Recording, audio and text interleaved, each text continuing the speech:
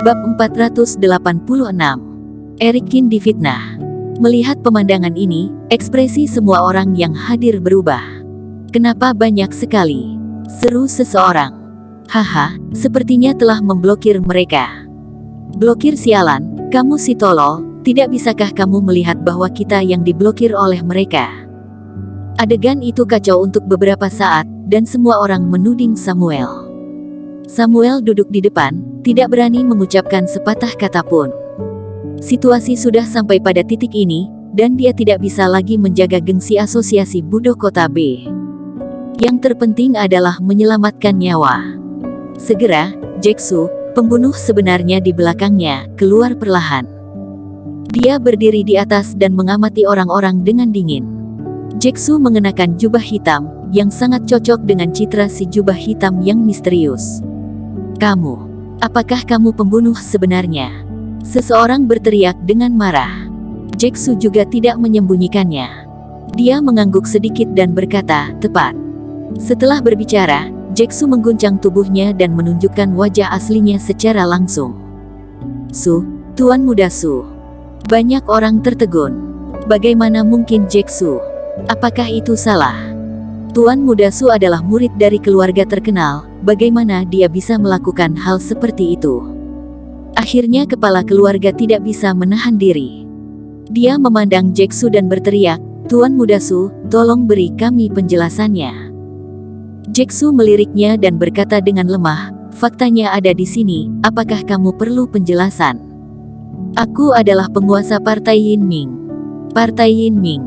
Benar-benar metode Partai Yin Ming. Jadi, kamu menelan semua yang mati. Jae-soo, kamu, sebagai tuan muda keluarga Su, melakukan hal yang sangat tercela. Bukankah asosiasi Budo Kota B mengatakan bahwa Erikin pembunuhnya? Mungkinkah Erikin akan bersatu dengan musuh bebuyutannya Jae-soo? Mohon juga Direktur Chang untuk memberi penjelasan. Ada teriakan keras yang tak terhitung jumlahnya, dan wajah Samuel jelek. Dia menggigit kepalanya dan berdiri dan berkata, "Asosiasi Budo Kota B melakukan kesalahan, tapi Erikin ini memang terjadi kesalahan, sialan." Samuel memotong sebelum dia selesai berbicara. "Satu kesalahan kamu membuat orang yang mati-mati sia-sia. Satu kesalahan kamu, mengusir Erikin keluar dari dunia silat Kota G. Hehe, apakah bersekongkol dengan asosiasi Budo Kota B untuk menciptakan situasi ini? Jae-soo, kamu membunuh begitu banyak orang, hari ini aku akan membunuhmu untuk balas dendam." Seorang superior master level 6 melangkah keluar, tubuhnya terangkat ke udara, dan dia menuju Jae-soo. Selain dia, orang lain juga samar-samar berniat melakukan sesuatu, dan atmosfer seluruh adegan sangat berfluktuasi, membuat suasana menjadi kacau balau. "Semut, cari mati." Jae-soo mendengus pelan, dan dengan gelombang cahaya dari telapak tangannya, tubuh superior master level 6 langsung meledak di udara. Setelah itu, Jae-soo membuka mulutnya dan dengan paksa menghisap kerohanian miliknya ke dalam tubuhnya. Menggunakan ilmu sihir di depan semua orang, Jae-soo tidak khawatir. Seorang superior master level 6 ditampar sampai mati dengan satu telapak tangan, dan metode ini membuat mereka yang siap menyerangnya tiba-tiba mundur. Mereka mundur 2 langkah, kaget. Kamu adalah Grand Superior Master." Seseorang berseru. "Betul," kata Jae-soo datar, "jika ada yang ingin mati, aku bisa memenuhinya." "Jae-soo, anakku mati di tanganmu, apa kamu tidak punya penjelasan apapun?" Seseorang mengertakkan gigi dan berkata. Jae-soo tertawa dan berkata, "Dia belum mati, dia tinggal bersamaku, ini kehormatannya." "Brengsek, aku tidak takut mati. Ini adalah superior master tingkat ke-7, yang kekuatannya luar biasa, tetapi di depan Jae-soo, dia bahkan tidak bertahan satu jurus pun dan mati di tempat. Siapa lagi yang tidak terima?" Jae-soo meraung, "Aku tidak keberatan membunuh kalian semua." Dengan teriakan nyaring, semua orang terdiam. Seorang Grand Superior Master cukup untuk menghancurkan semua Superior Master, dan tidak ada artinya untuk tidak tunduk. Terlebih lagi, ada banyak sekali si jubah hitam yang berdiri di atas bukit ini. Tidaklah berlebihan untuk mengatakan bahwa kekuatan ini cukup untuk menghancurkan semua sekte mereka. Jae-Soo memandang mereka dengan dingin dan berkata, "Hari ini aku mengundang kalian datang hanya dengan satu tujuan. Berlutut dan mengabdi padaku, atau aku akan membunuhmu." Aura suram di tubuhnya berfluktuasi, dan tekanan yang dimiliki oleh Grand Superior Master menyebar.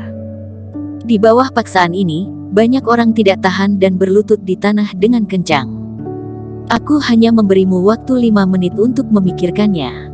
Setelah 5 menit berlalu, aku akan membunuh siapa saja yang tidak berlutut," kata Jae-Soo dingin.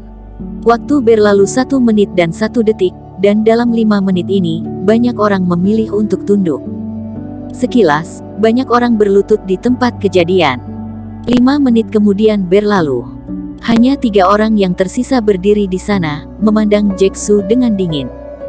"Punya tekad," kata Jae-Soo dengan mata menyipit. "Haha, Jae-Soo, bagaimana jika kami tunduk? Bagaimana jika kami bertahan hidup? Aku khawatir kami semua akan bertahan di bawah penindasanmu di masa depan." Pria yang berdiri itu mencibir. "Jae-Soo, kamu hanya anjing sialan, apa kamu pantas dinamakan sebagai murid keluarga terkenal?" Ya, tidak heran dikalahkan oleh Eric Kin. "Aku mengerti sekarang bahwa kamu dan Eric Kin tidak berada di level yang sama sekali. Sayangnya, aku tidak akan bisa melihat dia meledakkan kamu lain kali." Wajah Jae-Soo sangat dingin, baginya yang paling tabu adalah kata Eric Kin. Dia menarik napas dalam-dalam dan berkata perlahan, "Lain kali aku bertemu Eric Kin, aku akan membunuhnya sendiri dan menggantung kepalanya di dinding partai Yin Ming." Begitu suara itu terdengar, Jae-Soo melambaikan tangannya yang besar, dan ketiga orang yang berdiri itu segera diseret ke depannya. Setelah itu, dia membuka mulutnya dan dengan paksa menyedot jiwa dan energi internal ketiga orang ini. Dalam sekejap, ketiga orang ini menjadi mayat.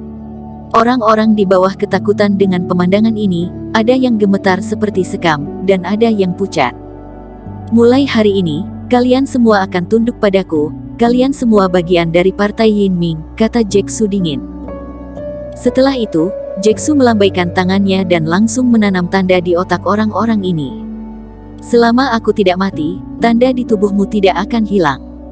Jae-Soo berkata dengan enteng, "Selama pikiranku bergerak, aku bisa mengambil nyawamu kapan saja, mengerti?"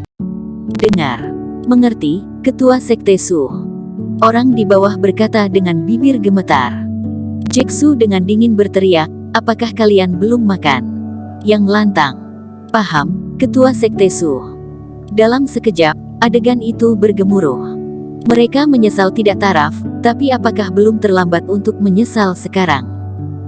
Di negara Pan, Eric Kin tiba-tiba menjadi sangat mulia, seperti raja di sini. Semua orang bersedia melakukan sesuatu untuknya, bahkan jika Eric Kin tidak meminta apapun, mereka akan mengirim semua jenis senjata ajaib dan bahan obat setiap hari. Pada hari ini, Eric Kin sedang duduk di sofa sambil menonton TV, dan tiba-tiba seseorang berjalan masuk. Bersambung. Terima kasih telah menonton video ini sampai akhir. Jangan lupa subscribe dan nantikan kisah episode selanjutnya hanya di Novel Story. Salam.